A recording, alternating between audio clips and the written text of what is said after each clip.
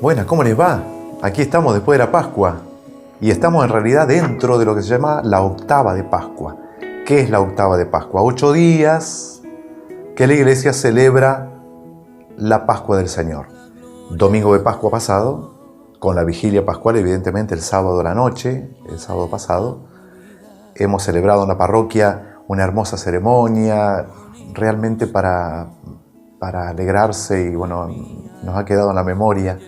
Y seguramente si vos participaste en la vigilia pascual o en el domingo de resurrección, has vivido estas ceremonias con un espíritu feliz realmente, porque se celebra la resurrección del Señor.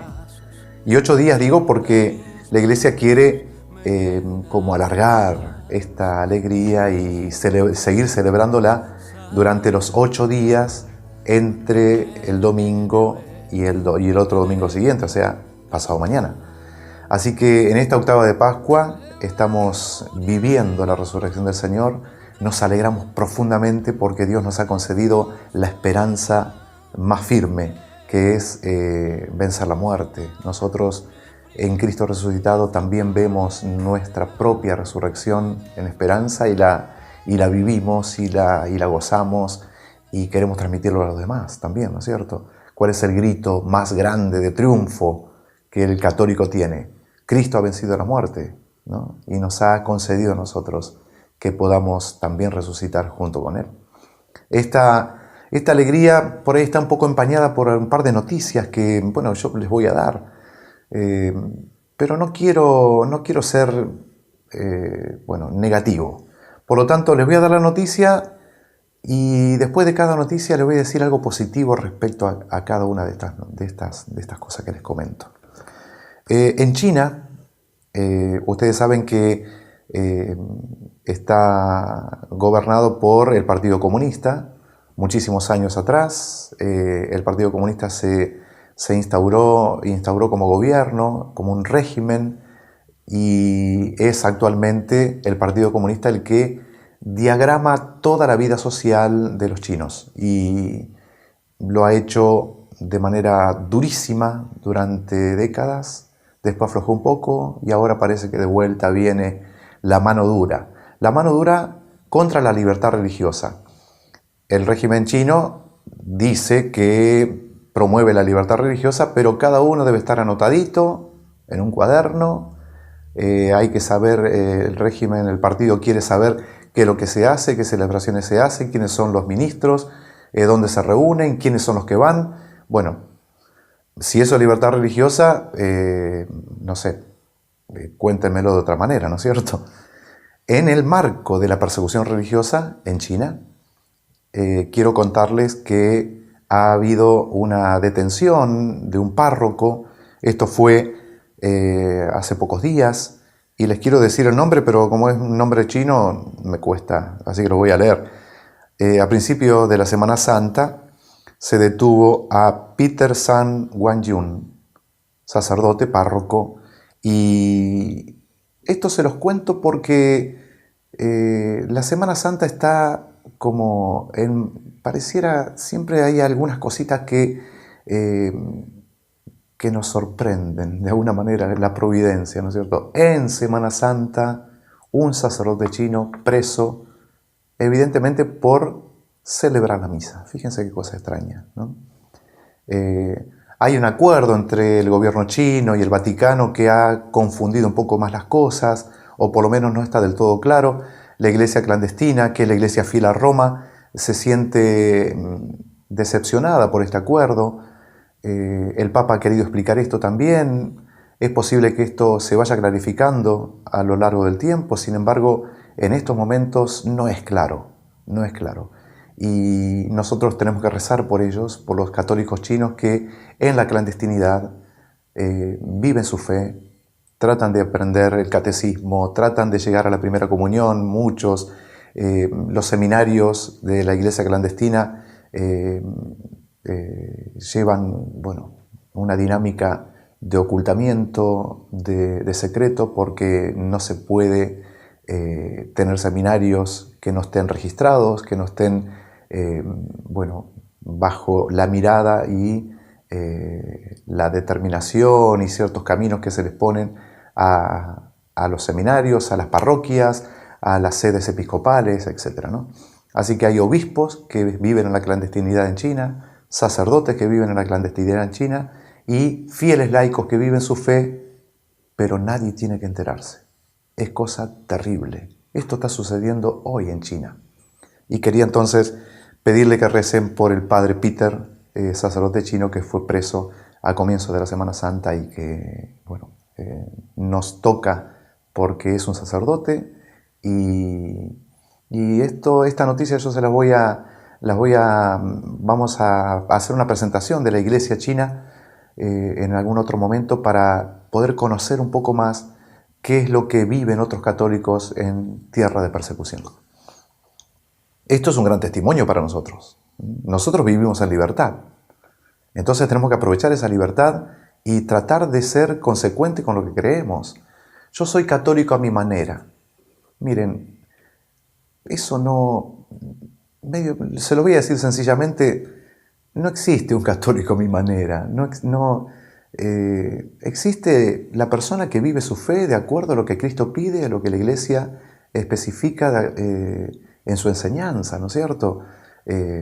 Hacerse una religión a la manera propia es algo muy... es hasta contradictorio, podríamos decir, porque bueno, tenemos que valorar en obediencia lo que la Iglesia de Cristo nos manda, ¿no es cierto? Así que bueno, recemos por el padre Peter, ¿no?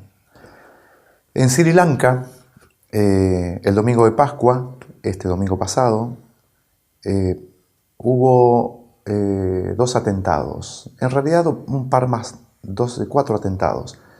Pero 2 atentados han sido perpetrados en templos católicos. Suman 200 muertos en Sri Lanka. Esta noticia nos entristece. Hay 2 parroquias, 2 templos que han sido destruidos con los fieles adentro celebrando la misa de resurrección. Más de 200 muertos y el testimonio de la Iglesia Católica en Sri Lanka, aún siendo minoría, porque asciende más o menos al 7% la cantidad de católicos en Sri Lanka, mayoría budista, 70 y pico % de la población es budista en Sri Lanka, y algunos otros porcentajes de hinduistas y de musulmanes. Nosotros católicos nos unimos a estos católicos que han dado su testimonio, aún muriendo, celebrando la misa. Podemos ver en internet los templos destruidos por las bombas y nos entristece y nos alegra. ¿Pero por qué nos puede alegrar? Porque la Iglesia Católica de alguna manera se alimenta y siempre se ha alimentado del testimonio martirial de sus fieles, sacerdotes y obispos que mueren por el nombre de Cristo. Estos cristianos católicos han sido martirizados dentro de un templo, dentro de 2 templos en Sri Lanka. Así que le pedimos al Señor que nos enseñe cómo entregar la vida también por amor a Cristo y nos unimos a tantos cristianos que en lo ancho y extenso del mundo dan su testimonio por el nombre de Jesús. Última noticia. Hemos descubierto en internet un informe que, bueno, el Cedronar lo ratifica con los datos que da. Hay informes de las guardias hospitalarias donde dicen que está creciendo la cantidad de chicas, mujeres, con coma alcohólico, con eventos de alcoholismo, ingresando a las salas de nuestros hospitales, a la guardia de nuestros hospitales, y esto va creciendo, dice, hasta tocar la cantidad, ponerse parejo con la cantidad de muchachos, varones, que tienen eventos de alcoholismo en los fines de semana, dentro de las fiestas que, bueno, las celebraciones o las fiestas o los bailes o lo que sea, ¿no es cierto?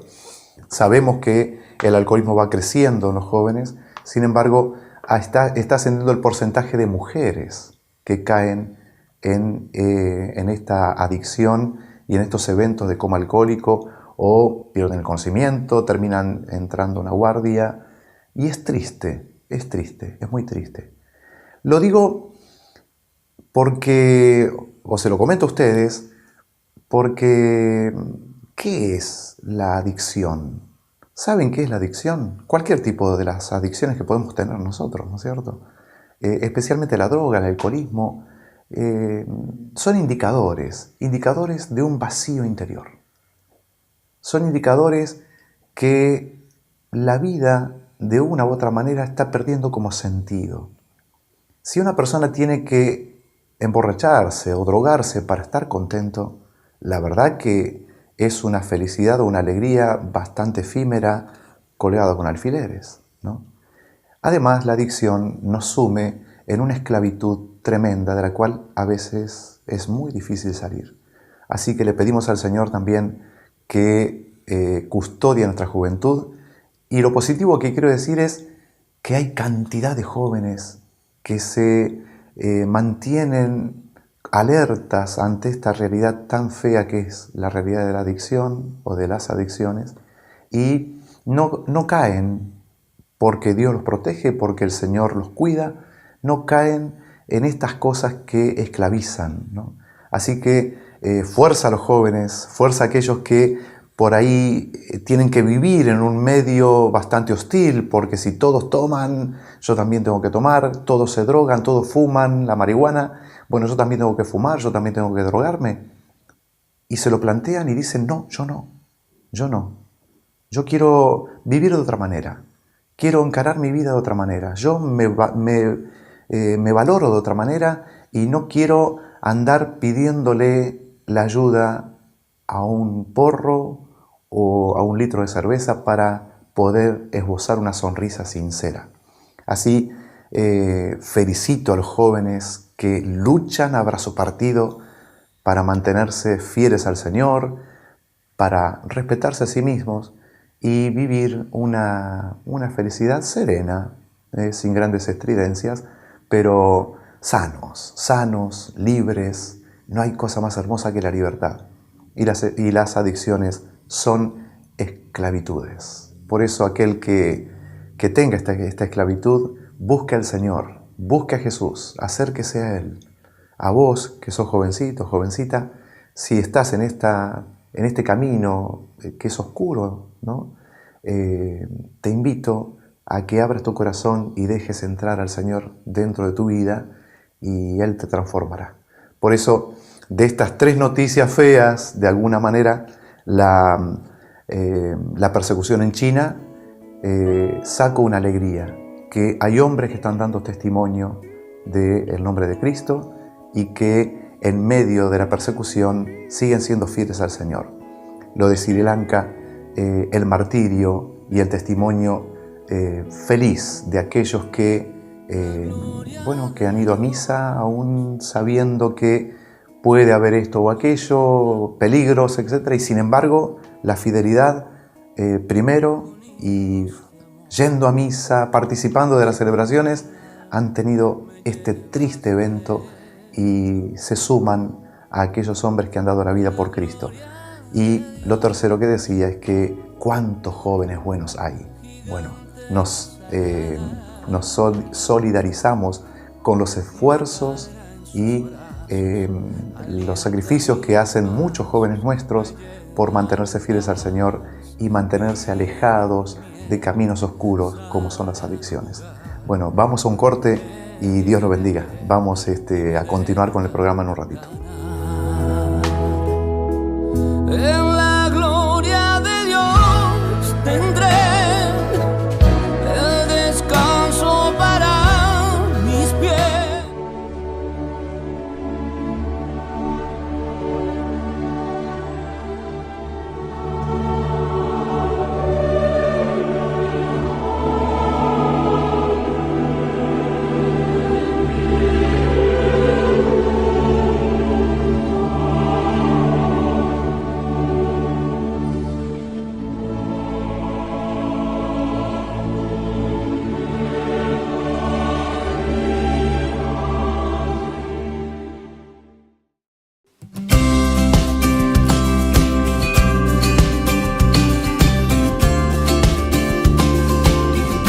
Santos argentinos. La Argentina cuenta con 2 santos, 9 beatos, 7 venerables, 40 siervas y siervos de Dios y 14 causas en preparación. Una de las causas en preparación es la del negro Manuel, quien llegó a estas tierras como esclavo, proveniente de África Occidental, y murió siendo siervo de la Virgen de Luján. Si con ella quiero estar, no me soltaré jamás. Con ella al cielo. Dios providente y misericordioso, que infundiste en el corazón de tu siervo el negro Manuel, esclavo proveniente de África, un humilde y tierno amor a la Santísima Virgen, bajo la advocación de Nuestra Señora de Luján, convirtiéndolo en testigo del milagro, en fiel custodio de su sagrada imagen y piadoso difusor de su culto, te pedimos que para alegría de tu pueblo peregrino en la Argentina, sea glorificado junto con tus santos, por Jesucristo nuestro Señor. Amén. Un hijo de María.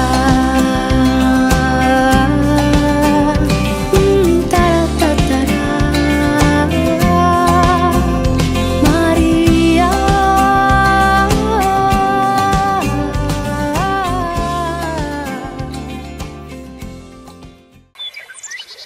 FM Rex. Desde la ciudad de Luján, provincia de Buenos Aires, transmite FM Rex 96.3, radio afiliada a EWTN, Radio Católica Mundial.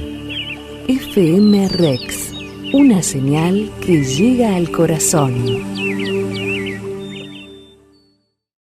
Regálale a tu amor de pareja una experiencia inolvidable. Porque siempre necesitamos renovar el entusiasmo, El respeto, la alegría, las ilusiones y los sueños que toda relación de pareja precisa para ser feliz. Por eso, viví un fin de semana de encuentro matrimonial. Inscribite en www.ematrimonial.org.ar ematrimonial.org.ar y consulta cuándo es el próximo encuentro en tu ciudad.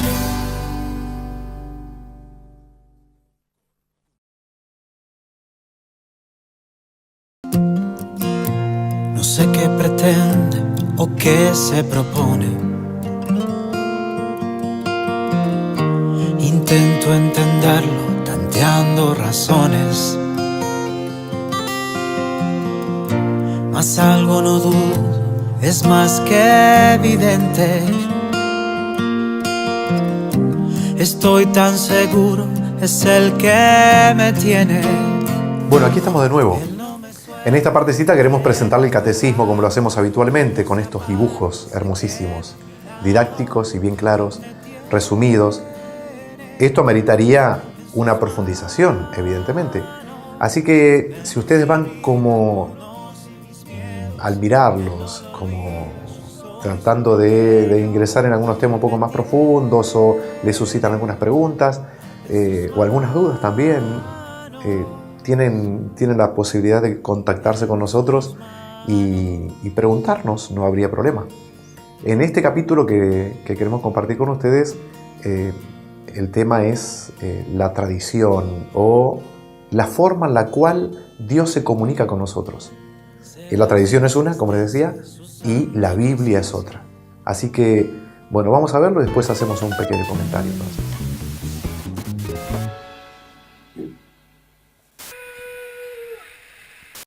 ¿Cómo se transmite la revelación? El mensaje de la revelación de Dios llega a nosotros de 2 maneras: a través de la Biblia y por medio de la Sagrada Tradición. La Biblia es la palabra escrita de la revelación. La palabra Biblia procede del griego y se traduce como libros, porque la Biblia no es un solo libro, sino una compilación de 73 libros. Diferentes autores escribieron estos textos bajo la guía del Espíritu Santo. Los textos son de inspiración divina, no una especie de dictado divino. Los autores sagrados escribieron como la gente común en su propia lengua, tiempo y cultura. La Biblia es una colección de 73 libros. Los primeros 46 pertenecen al Antiguo Testamento y los 27 restantes pertenecen al Nuevo Testamento. El Antiguo Testamento cubre el tiempo antes de Jesús: Abraham, Isaac, Jacob, Moisés, los reyes de Israel, los profetas, etc. El Nuevo Testamento habla sobre Jesús y sus discípulos.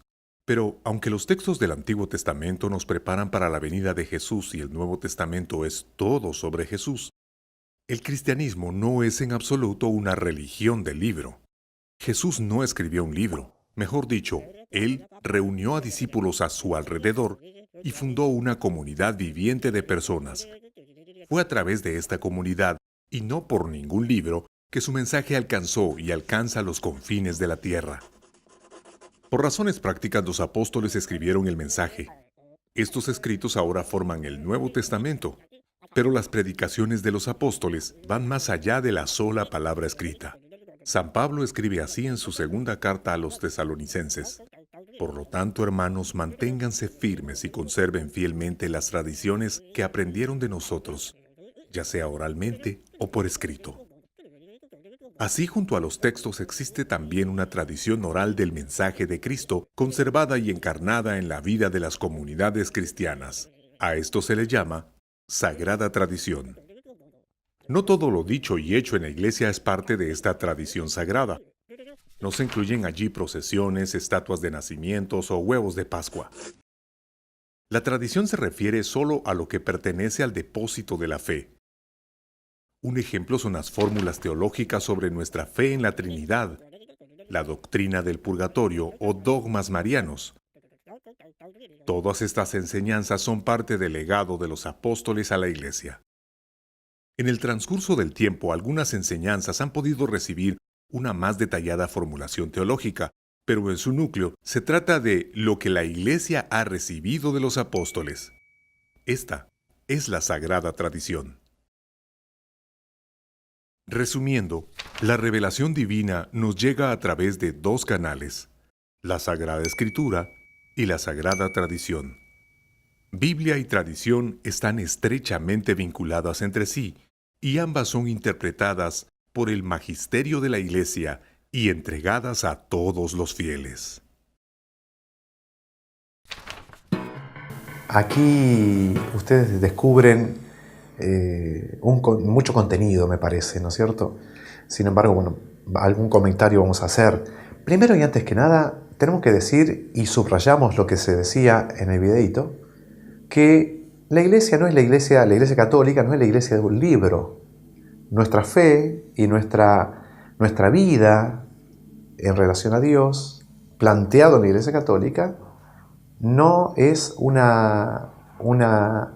un vínculo con un libro, con la Biblia, ¿no?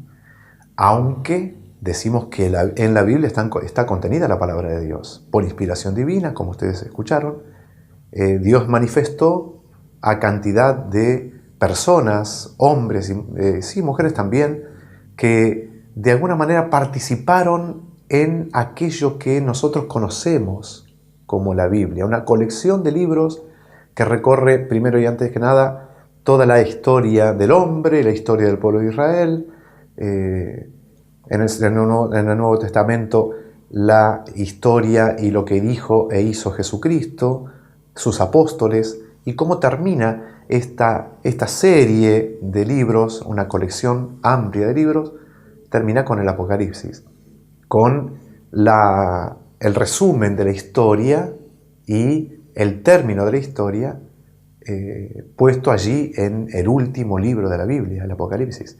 Fíjense ustedes que en la Biblia nosotros descubrimos la palabra de Dios y sabemos que Dios nos ha hablado y nos habla por medio de ella. Sin embargo, no es solo ella. Está bien claro en la vida de la iglesia, esto lo vemos especialmente en los Hechos de los Apóstoles, cómo la iglesia era más que fundada en un libro, estaba fundada en la predicación de los apóstoles, en aquellos que eran testigos oculares, lo dice el apóstol San Juan, lo que hemos visto, lo que hemos tocado con nuestras manos, eso es lo que les anunciamos. sobre la palabra de vida. Así que la Iglesia Católica también señala como fuente de la revelación la tradición, todo lo que Cristo enseñó a los apóstoles y todo lo que el Espíritu Santo fue enseñando en el alma, en la mente de los apóstoles, y también estos transmitieron aquello que el Espíritu les decía. Esto de la tradición tiene una importancia fundamental. ¿Por qué? Porque la Iglesia Católica se funda en el mensaje vivo de Jesucristo. Y esto para nosotros es un gran aliento.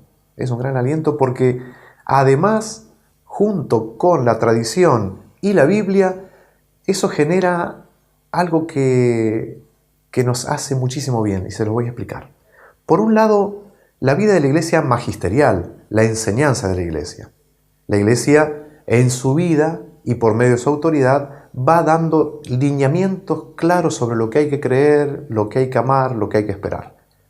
Además, ese mensaje es vivido, la doctrina de los santos, cantidad de hombres y mujeres que viven el mensaje de Jesús y que tienen en su corazón y en su palabra y en sus obras la expresión de lo que Cristo quiere para cada momento. Junto con eso, nosotros decimos que la vida de la Iglesia se expresa también en la liturgia, lo que se celebra, la celebración del pueblo de Dios en la Santa Misa, en el bautismo, en la celebración de todos los sacramentos, pero les mencioné estos dos que son un poco más el matrimonio. La celebración de los sacramentos son también expresión de la vida de la Iglesia y constituyen expresión de lo escrito y lo transmitido. Es decir, esta vida de la Iglesia a la que nosotros queremos señalar como fundamental, ¿no es cierto? Quiero contestarle por ahí a nuestros hermanos separados, los evangélicos, por ejemplo, o también otros de otras denominaciones, que ellos dicen solo la Biblia. Solo la Biblia. No, tradición no. Solo la Biblia. ¿Y eso en qué parte de la Biblia está? No es así. Porque si es solo la Biblia, ¿dónde está en la Biblia que diga que el fundamento de la fe es solo la palabra escrita o solo la Biblia? Al contrario, el mismo apóstol San Pedro dice que ninguna profecía de interpretación privada. Y en esto los protestantes y toda la cantidad de sectas y de religiones o de denominaciones hacen un fuerte acento en la interpretación privada. ¿Pero y cómo? Si es dado por autoridad divina a hombres, y esos hombres, San Pedro dice, no hay profecía que sea de interpretación privada, ¿cómo puede ser que estemos interpretando de manera privada lo que a nosotros nos parece o lo que el Espíritu, entre comillas, nos dice? Fíjense que esto es contradictorio. Lo digo para nuestros hermanos separados que por ahí nos atacan a nosotros que seguimos tradiciones de hombres. Sin embargo, la tradición no es una tradición de cosas dichas de hombre a hombre, sino de Dios, Hijo, hecho hombre, que al encarnarse dio un mensaje escrito o transmitido de manera escrita y dio un mensaje transmitido de manera oral. Esta manera oral es la tradición. Y Jesucristo, al no escribir nada, también permitió, por medio del Espíritu Santo, que haya hombres que escriban. Bueno, y ahí aparecen los libros del Antiguo Testamento y del Nuevo Testamento. Quiero decirles esto porque, un poco nos atacan a los católicos y nos dicen, ustedes siguen tradiciones de hombres. No. Habrá cosas, evidentemente, que son meramente humanas o tradicionales, que pueden estar o no estar. Usar sotana, por ejemplo. Bueno, hubo tiempos que los sacerdotes y los consagrados no usaban hábito. Después se empezó a usar. Ahora se usa o no se usa. Bueno, eso qué sé yo. Son cuestiones humanas y meramente disciplinares, que tienen un contenido evidentemente teológico, una justificación pastoral, una justificación catequética. Bueno, todo eso está bien. Pongo el ejemplo de la sotana. Sin embargo, hay cosas que no se pueden cambiar.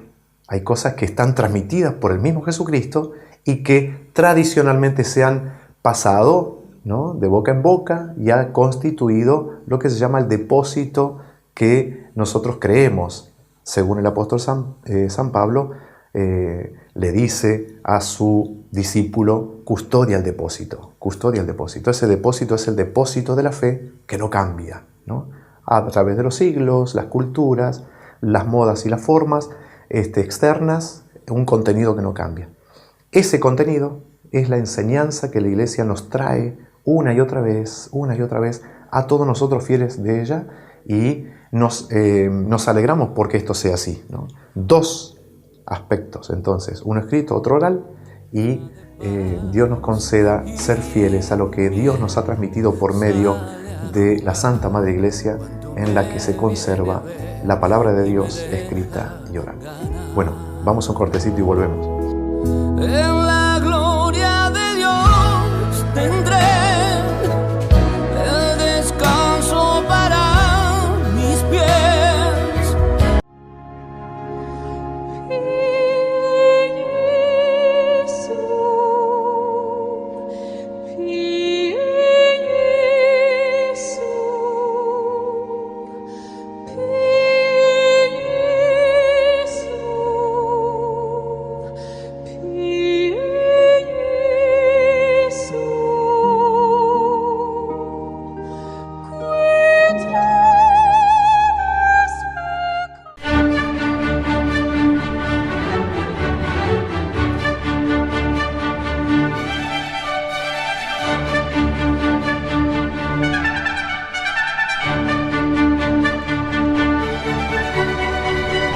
La palabra sacramento proviene del latín sacro, que significa sagrado, y mentum, que quiere decir medio o instrumento. O sea que los sacramentos son un instrumento para lo que es sagrado, esto es, lo que viene de Dios a nosotros. Y son 7: bautismo, reconciliación o confesión, Eucaristía o comunión, confirmación, matrimonio, orden sagrado y unción de los enfermos. Nos acompañan durante toda nuestra vida, desde que nacemos hasta nuestra muerte. Los sacramentos, en una definición un poco más elevada y teológica, son signos sensibles y eficaces de la gracia de Dios. Son signos sensibles porque los percibimos por los sentidos. Los podemos ver, oír, tocar, oler, gustar. Esto es una muestra de misericordia de parte de Dios, que sabe que desde el pecado original de Adán y Eva no podemos percibir el mundo espiritual. El mundo espiritual quedó velado para nosotros.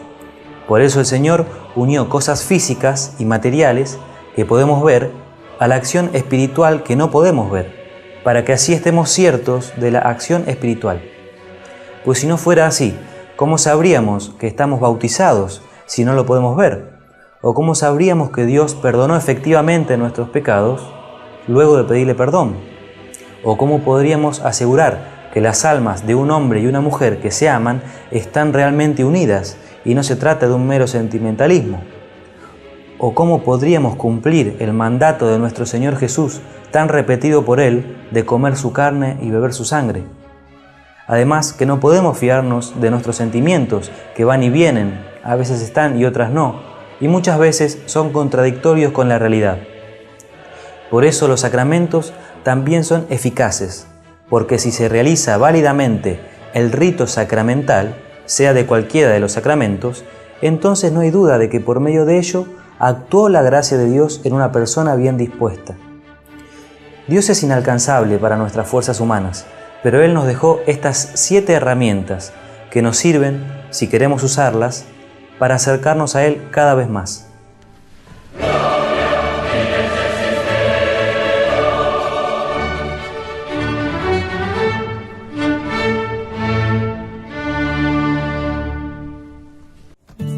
Conversando con 2 ángeles que del cielo descendieron, con curiosidad les pregunté si conmigo siempre estaban. Respondieron casi siempre sí. Solo un momento te dejamos, y preocupada yo pensaba así. Es cuando entra el pecado en mí. Los 2 me vieron a los ojos, me respondieron diciendo que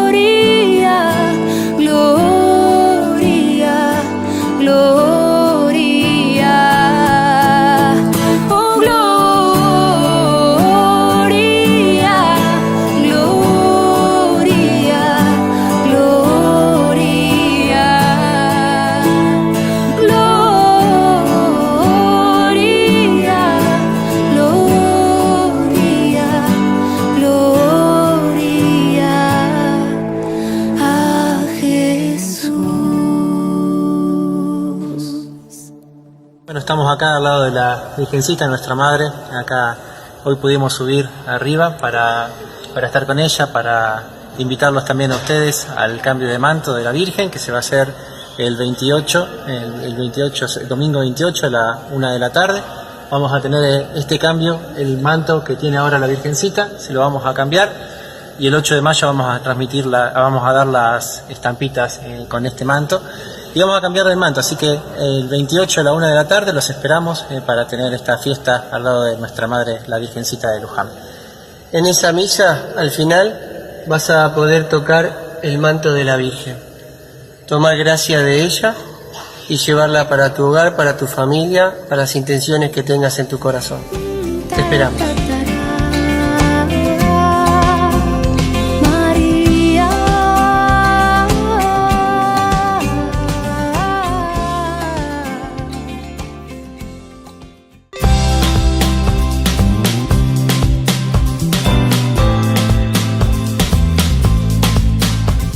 Santos argentinos.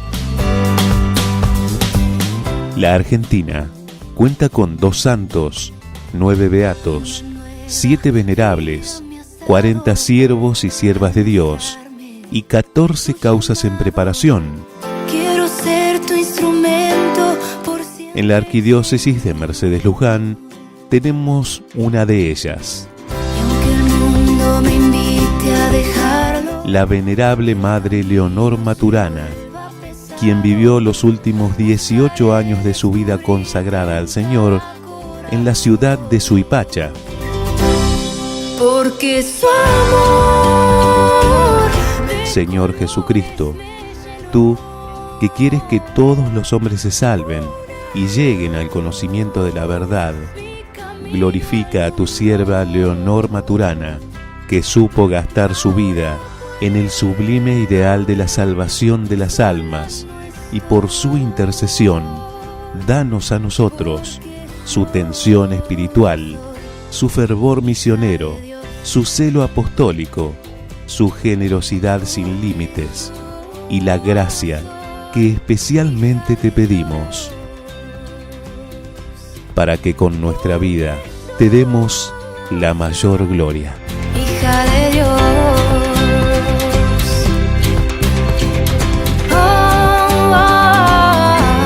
Soy hija de Dios. Venerable Madre Leonor Maturana, ruega por nosotros. Son las 3 de la tarde, la gran hora de amor. Son las 3 de la tarde, mi divino Redentor. De los cielos desciende tu perdón y tu gloria. Son las 3 de la tarde, tiempo de misericordia. Hoy te voy a hablar de la fiesta de la Divina Misericordia.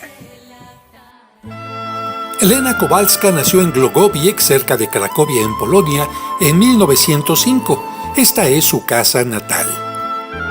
Durante su juventud quiso ingresar al convento, pero como su familia era tan pobre, tuvo que trabajar como sirvienta. Poco antes de cumplir 20 años, finalmente ingresó a la congregación de las Hermanas de Nuestra Señora de la Misericordia, adoptando el nombre de Sor María Faustina. A partir de 1931 tuvo una serie de revelaciones de Jesús que fue escribiendo en un diario que alcanzó a tener más de 600 páginas. En él relata que el 22 de febrero estaba en el pueblo de Płock, Polonia, cuando se le apareció Jesucristo vestido con una túnica blanca y de su costado surgían 2 rayos, uno azul y otro rojo. Entonces le pidió que mandara pintar una imagen de la misma manera en que ella lo veía en ese momento y que le añadiera la frase «Jesús, yo confío en ti». Le dijo, es mi deseo que esta imagen sea venerada primero en tu capilla y luego en el mundo entero. Prometo que el alma que venere esta imagen no perecerá. También prometo victoria sobre sus enemigos aquí en la tierra. Especialmente a la hora de la muerte, yo les defenderé con mi propia gloria. Y le explicó el significado de los rayos. Le dijo, los 2 rayos indican agua y sangre. El pálido significa el agua que hace las almas justas. El rojo significa la sangre que es la vida de las almas. Estos 2 rayos salieron de las profundidades de mi misericordia cuando mi corazón agonizado fue abierto por la lanza en la cruz. La fiesta de la misericordia era un deseo de Jesucristo que le dijo a Sor Faustina: quiero que esta imagen sea solemnemente bendecida el primer domingo después de Pascua. Ese domingo ha de ser la fiesta de mi misericordia. Y le manifestó que ese día sería un día especial de bendiciones. Le dijo: en aquel día están abiertas las entrañas de mi misericordia. Derramaré un mar entero de gracia sobre las almas que se acercan al manantial de mi misericordia. El alma que se confiese dentro de 8 días antes o después y comulgue, obtendrá la remisión total de culpas y castigos. Además de pedirle la fiesta de la misericordia, le pidió que todos los días a las 3 de la tarde recordáramos su misericordia. Te recuerdo que cuando suene el reloj a las 3 de la tarde, te sumerjas completamente en mi misericordia, adorándola y glorificándola. Invoca su omnipotencia para todo el mundo y particularmente para los pobres pecadores, porque en ese momento la misericordia se abrió ampliamente para cada alma. A las 3 de la tarde imploren mi misericordia, especialmente por los pecadores, y aunque sea por un brevísimo momento, sumérgete en mi pasión, especialmente en mi desamparo en momentos de agonía. Esta es la hora de gran misericordia para el mundo entero. Te permitiré entrar dentro de mi tristeza mortal. En esta hora no le rehusaré nada al alma que me lo pida por los méritos de mi pasión. Jesús también pidió que se utilizaran las cuentas del rosario para rezar la coronilla, en la que en lugar de rezar las Aves Marías se invoca la Divina Misericordia. Quien la recite recibirá gran misericordia a la hora de su muerte. Los sacerdotes la recomendarán a los pecadores como su último refugio de salvación. Si el pecador más empedernido recita esta coronilla al menos una vez, recibirá la gracia de mi infinita misericordia. Deseo conceder gracias inimaginables a aquellos que confían en mi misericordia. Cuando reciten esta coronilla en presencia del moribundo, yo me pondré entre mi Padre y él, no como justo juez, sino como Salvador misericordioso.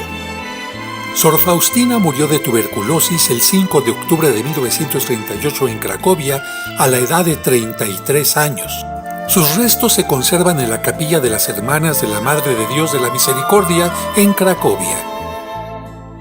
Lamentablemente algunos interpretaron mal sus escritos, ocasionando que durante casi 20 años se prohibiera la devoción a la Divina Misericordia. Afortunadamente su vida ejemplar hizo que el Vaticano revisara todos sus escritos y no encontró ningún error o herejía, sino por el contrario, enseñanzas acordes a la Sagrada Escritura y a la enseñanza del magisterio de la Iglesia. Por lo que desde el 15 de abril de 1978, la Santa Sede permitió la práctica de esta devoción y recibió un gran impulso durante el pontificado de Juan Pablo II. Faustina, la campesina que nació en esta humilde familia, y lucía así antes de ingresar al convento, fue canonizada el 30 de abril del año 2000 por el Papa Juan Pablo II, quien proclamó que la fiesta de la Divina Misericordia se celebra el segundo domingo de Pascua. Curiosamente, el Papa San Juan Pablo falleció en la víspera de la fiesta de la Misericordia. Jesús, yo confío en ti.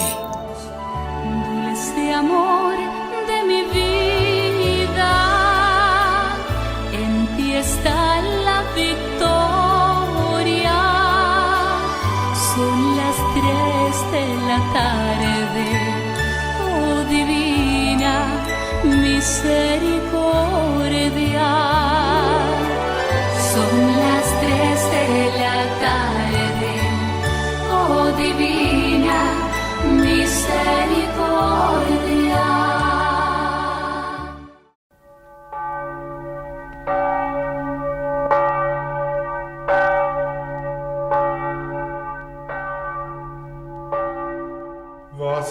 paz y Señor, resplandeza sobre nós.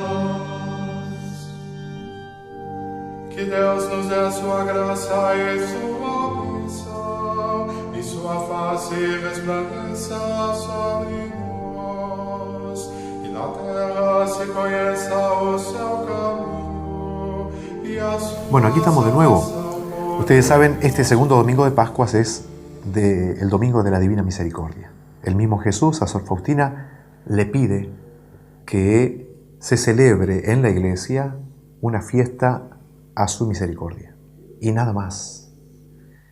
¿Qué es esto de la Divina Misericordia? Bueno, lo vieron allí en este video donde Jesús se manifiesta a Sor Faustina y le dice que Él es amor, que Él es perdón, y que el hombre tiene que reconocer que es pecador, y que el hombre tiene que reconocer que se ha equivocado, que ha ofendido al Señor, y Él perdonará todo. Y Él librará de la culpa a todos los que quieran, evidentemente. Así que, el mismo Señor le pide a su testigo, Sor Faustina, esto, y Juan Pablo II instauró la fiesta de la Divina Misericordia, y fue él el que llevó adelante, siendo polaco él también, y Sor Faustina, esta fiesta que nos alegra a todos y nos llena de gozo interior, porque es una manera fresca, nueva de presentar a Jesús. Él es misericordioso, y por eso en este segundo domingo de Pascua lo vamos a celebrar con lo que cada comunidad pueda. Sin embargo, lo hacemos espiritualmente con mucho gozo y deseando que el mundo reconozca que Jesús es bueno, que Jesús es misericordioso. En estas lecturas del domingo próximo tenemos varias lecturas. Como ustedes saben, se lee la primera lectura, se canta un salmo, segunda lectura, evangelio. Quiero decirles algo sobre el evangelio, pero en la primera lectura se nos cuenta la iglesia en funcionamiento ya. Se nos trae esto de que San Pedro y San Juan van al templo y ya empieza a moverse la iglesia fundada por Jesús. Jesús ya no está físicamente con la iglesia y sin embargo está moviendo los corazones para que crean en Él. Y lo hace por medio de sus apóstoles. Eso es la primera lectura. En el Apocalipsis se nos muestra la persona de Jesucristo presentándose Él a sí mismo delante de su testigo San Juan y le dice: yo soy el que había muerto y ahora vive. Fíjense qué hermoso que es esto. Esto aparece en el último libro de la Biblia, como lo decíamos en el Catecismo, en el último libro de la Biblia, que es el Apocalipsis. Y el Evangelio, que es una perlita para todos nosotros que somos como incrédulos, ¿no? Y nos vemos identificados en este Tomás incrédulo. Escuchen el texto, se los leo. Al atardecer de ese mismo día, el primero de la semana, este texto es de Juan, capítulo 20, versículos 19 y siguientes. De nuevo, al atardecer de ese mismo día, el primero de la semana, estando cerradas las puertas del lugar donde se encontraban los discípulos por temor a los judíos, llegó Jesús, y poniéndose en medio de ellos, les dijo: «La paz esté con ustedes». Mientras decía esto, les mostró sus manos y su costado. Los discípulos se llenaron de alegría cuando vieron al Señor. Jesús les dijo de nuevo: «La paz esté con ustedes. Como el Padre me envió a mí, yo también los envío a ustedes». Al decirles esto, sopló sobre ellos y añadió: «Reciban el Espíritu Santo. Los pecados serán perdonados a los que ustedes se los perdonen, y serán retenidos a los que ustedes se los retengan». Tomás, uno de los 12, de sobrenombre el mellizo, no estaba con ellos cuando llegó Jesús. Los otros discípulos le dijeron: «Hemos visto al Señor». Él les respondió: «Si no veo la marca de los clavos en sus manos, si no pongo el dedo en el lugar de los clavos y la mano en su costado, no lo creeré». 8 días más tarde, estaban de nuevo los discípulos reunidos en la casa, y estaba con ellos Tomás. Entonces apareció Jesús, estando cerradas las puertas, Se puso en medio de ellos y les dijo: «La paz esté con ustedes». Luego dijo a Tomás: «Trae aquí tu dedo, aquí están mis manos. Acerca tu mano, métela en mi costado. En adelante no seas incrédulo, sino hombre de fe». Tomás respondió: «Señor mío y Dios mío». Jesús le dijo: «Ahora crees porque me has visto. Felices los que creen sin haber visto». Palabra del Señor. Bueno, les decía que esta perlita, digo perlita porque, bueno, es como algo tan hermoso, ¿no? Cómo Jesús se manifiesta a sus apóstoles en el mismo día de la resurrección. Y en el mismo día de la resurrección, y por eso Jesucristo le ha pedido a Sor Faustina que se instaure la fiesta de la Divina Misericordia el segundo domingo de Pascua. Porque aparece este texto, el texto de la confesión, lo que por ahí a muchos nos cuesta, ¿vieron? Jesús lo permitió, lo hizo, lo creó Él. ¿Quién inventó la confesión? Y aquí aparece este texto. Dice: «Reciban el Espíritu Santo, los pecados serán perdonados a los que ustedes se los perdonen y serán retenidos a los que ustedes se los retengan». Fíjense que ahí hay un mandato ministerial de administrar, de dar o no dar el perdón. Una cosa, esto está en el Evangelio según San Juan capítulo 20. ¿Por qué les digo esto? Porque ese es el sacramento de la misericordia. Y en el día de la misericordia se lee este texto hermosísimo, donde Jesucristo da la orden que los apóstoles y sus sucesores concedan el perdón. Esto, bueno, es providencial, evidentemente, ¿no? Providencial, querido por Dios. Nosotros se lo señalamos para que lo valoremos. Y ni quiero preguntarle cuánto hace que no te confesás, pero bueno, no me voy a meter en tu vida, ¿no es cierto? Pero sería bueno que lo pienses, Es voluntad de Jesús, está puesto en la Biblia. La Iglesia lo ha puesto en práctica desde que existe, desde que Jesús le dio este mandato. Los apóstoles absolvieron o no absolvieron, de acuerdo a las condiciones y disposiciones de los penitentes, evidentemente. Así que esto es una parte de este comentario del Evangelio que vamos a escuchar el domingo. La otra parte es el evento de Tomás. Viene Jesús, se aparece en medio de los apóstoles, no estaba Tomás. ¿Quién sabe dónde habrá andado? Desesperado, triste, apartado de la comunidad. Fíjense, este Tomás que no está con el grupo, no recibe este consuelo de ver a Jesucristo. Los apóstoles le han contado: hemos visto al Señor, nos mostró sus llagas, estuvo con nosotros, lo hemos tocado, habló con nosotros. ¿Y qué dijo Tomás? Si yo no veo, no creo. Si no meto el dedo o los dedos en la llaga, si no meto la mano en el costado, no lo creeré. Y el texto claramente dice: 8 días después, o sea, el próximo domingo, 8 días después, en domingo, se aparece Cristo nuevamente, estando reunidos los apóstoles, y estaba con ellos Tomás. ¿Qué le dijo Jesús? Tomás, aquí están mis manos, aquí está mi costado, mete los dedos, mete la mano, para que toque y vea, ¿no? Y en adelante no seas incrédulo, sino hombre de fe. Y en este texto aparecemos nosotros. Ustedes dirán: ¿pero dónde aparecemos nosotros? Acá, escuchen. Tomás respondió: Señor mío y Dios mío. Jesús le dijo: ahora crees porque me has visto. Y aquí aparecemos nosotros. Felices los que creen sin haber visto. Ustedes dirán: ¿cómo nosotros? Exacto. No hemos visto al Señor. No lo hemos visto. Yo no lo he visto. Ustedes tampoco lo han visto. Y creemos en Él. Felices los que creen sin haber visto. Gloria a Dios. Aleluya, como dicen nuestros hermanos separados. Gloria a Dios. Nosotros no hemos visto y somos felices porque un día lo veremos.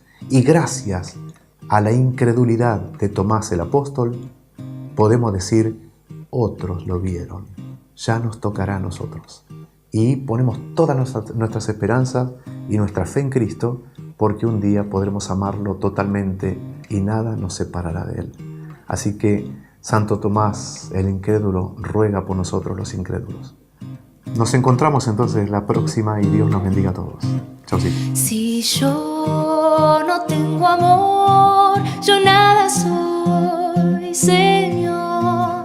Si yo no tengo amor, yo nada soy, Señor. El amor es comprensivo, el amor es servicial, el amor no tiene envidia, el amor no busca el mal. Si yo no tengo amor, yo nada soy, Señor. Si yo no tengo amor, yo nada soy, Señor.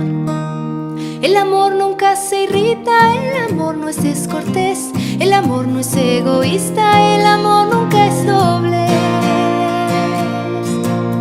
Si yo no tengo amor, yo nada soy, Señor. Si yo no tengo amor, yo nada soy, Señor. Nuestra fe, nuestra esperanza junto a Dios terminarán. El amor es algo eterno, nunca, nunca pasará. Si yo no tengo amor, yo nada soy, Señor. Si yo no tengo amor, yo nada